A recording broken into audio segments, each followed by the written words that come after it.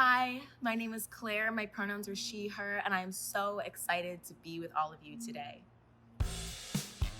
I was 15 before I found out that a laminator is not a common household appliance. I thought that in the way that everyone has an oven, a refrigerator, everyone has a laminator. And the way that I found this out was I was sitting in sophomore honors chemistry, and our teacher was mean. Okay, she was strict and she had a reputation and everybody knew it. And so we were handed these periodic tables and she said, these are the only ones you're gonna get. And if you use another one, the numbers will be off and the rounding will be off and your answers will be off and you'll fail my class. And so everybody's freaking out.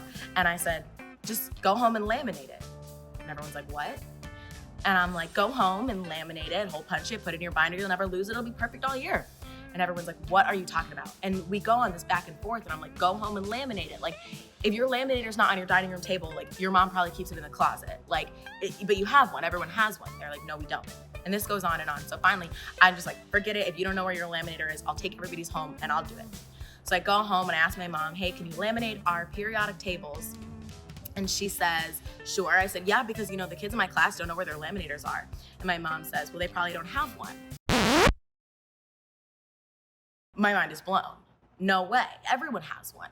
I have one. My godmother has one. And those are the two houses that I spent the most time in. And it turns out that that's not the case. My mom had one because at the time she was a preschool teacher.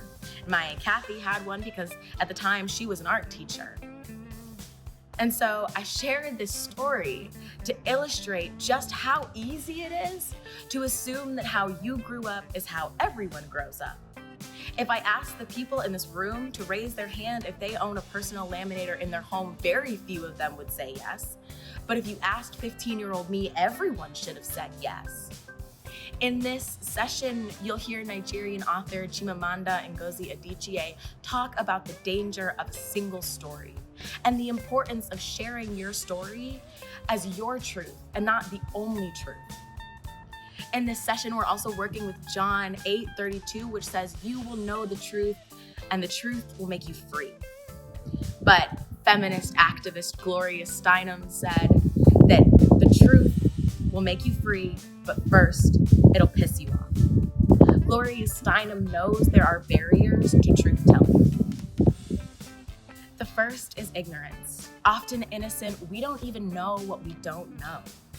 And so in order for the truth to be known to us, we have to listen.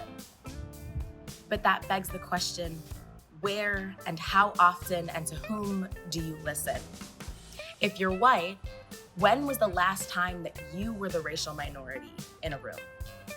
And have you ever had the opportunity to be so consistently the racial minority in a room that you got to peek into another race's culture? I challenge you to ask yourself where and how often and to whom do you listen so that we can gain the diverse perspective of others and learn what we don't know. The second biggest barrier to truth-telling is often how it makes us feel. Maybe it's shameful and embarrassing or painful and traumatizing. Nearing 80 years old, 8 of the Little Rock 9 students that were the first Black children to desegregate Central High School in Arkansas are still alive.